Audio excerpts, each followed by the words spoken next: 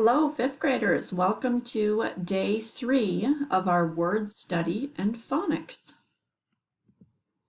Our objective today is similar to yesterday's. We're going to continue to work with Latin roots. All right, and we'll be working in my word study book, number 2. So if you need to pause the video and go and get it. And then we're on page 24. The article is called Running the Rapids. When I read that title, it makes me think of like whitewater rafting down a river. I'm wondering if any of you have done that before. All right, so just like we've done in previous articles, we always read the questions first. We want to understand what our purpose for reading today is. Okay, we already know we're looking at at the Latin roots. Okay, but we're also looking for information while we read. So the first question is, how did Trina and her family prepare for the whitewater rafting trip? Okay, so how did they get ready for the trip? Second, describe the trip down the river. Did Trina enjoy it? How do you know? Find evidence in the text to support your answer. All right, so reading those questions makes me think that my prediction on whitewater rafting was correct.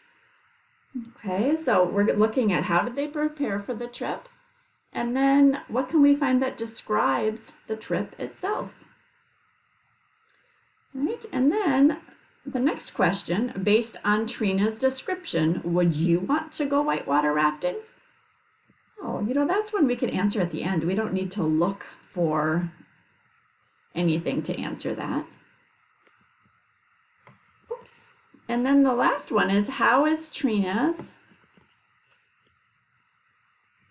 let's see if I couldn't see the question there. Here it is. How is Trina's adventure similar to the one that you've had?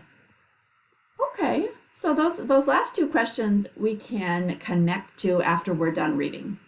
But it sounds like we want to underline information that describes how they prepare for the trip. And we want to underline information that describes the trip. Like, what did they do during the trip?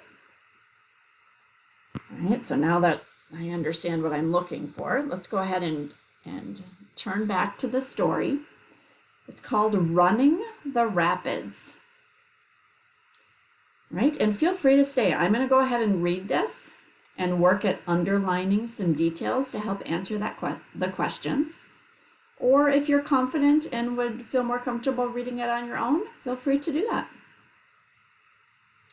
Right? It says Trina had often visualized what it would be like to navigate a wild river in an inflatable raft. And now she was going to find out. She and her family were going whitewater rafting when they visited her grandparents in Colorado. The action began as soon as Trina's family arrived at the rafting outfitter. First, they put on wetsuits and personal flotation devices. I would understand. That's how they got ready. Wetsuits and personal flotation devices, or life jackets. Then they met their guide, who showed them how to paddle and what to do in case someone fell out of the raft. Finally, they put on bright yellow helmets and were ready to go. That paragraph was all about what did they do ahead. So I would underline putting on wetsuits, life jackets, the bright yellow helmets. They even learned how to paddle.